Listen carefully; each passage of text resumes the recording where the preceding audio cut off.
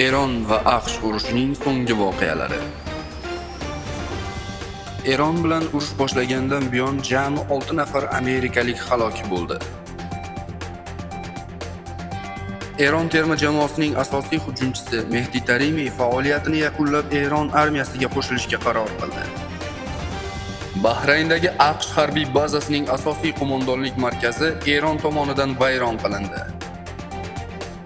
Isroil bosh vaziri Benyamin Netanyahu yomon yigitlarga qarshi kurashayotganini, o'zlari esa yaxshi yigitligini aytdi. Saudiyaning Saudiya Arabkon neft zavodiga Eron emas, balki Isroil zarba bergan.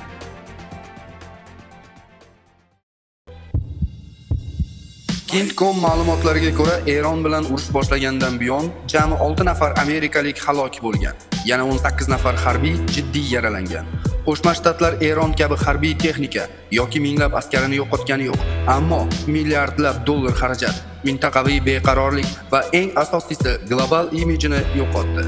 Bularning barchasi AQSh uchun real zarar hisoblanadi.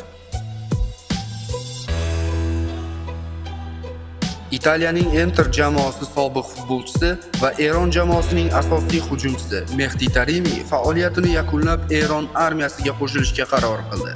Tarimiy kutilmaganda Olympiakosni tark etib, vataniga qaytish va harbiy xizmatga yozilish uchun klub rahbariyatidan ruxsat so'ragan.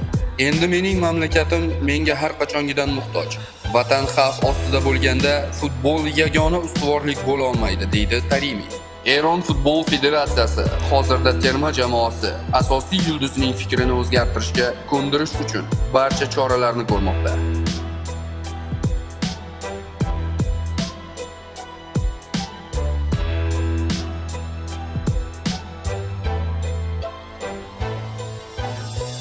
Mart kuni Bahrayndagi Amerika Qo'shma Shtatlarining harbiy bazasining asosiy qo'mondonlik markazi Eron tomonidan uyushtirilgan harbiy hujumlar oqibatida vayron qilindi. Islom inqilobi qo'riqchilari korpusi Bahrayndagi Shayx Iso tumanida joylashgan AQSh avia bazasi operatsiyasining 14-to'liq doirasida zarba berganini xabar qildi. Bayonotga ko'ra, hujum davomida 20 ta dron va 3 ta raketa qulagan.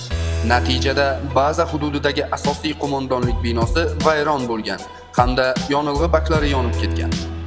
Isroil bosh vaziri Benyamin Netanyahu AQSh prezidenti Donald Trump bilan birgalikda yigitlarga qarshi kurashayotganini, ularning o'zlari esa yaxshi ekanligini ta'kidladi. Shuningdek, Netanyahu Amerika xalqini Eronning yadroviy quroliga ega bo'lish ularning hayotiga xavf solishi haqida ogohlantirdi.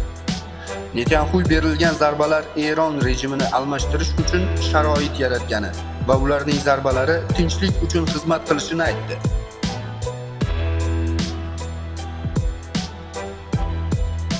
Isroil Saudiya Arabistonidagi Raftaun shahrida joylashgan Saudiya Arabkonni qayta ishlash zavodiga zarba bergan. Eronliklarning so'zlariga ko'ra, Saudiya Arabistoni neft obyektlari Eron hujumlarining nishonlari qatoriga kirmagan.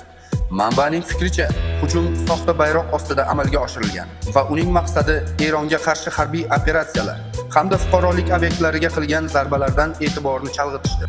Shuningdek, agentlik razvedka ma'lumotlariga tayanib, Birlashgan Arab Amirliklaridagi Fujayra port hamda Isroil operatsiyalaridan biri bo'lishi mumkinligini bildirgan.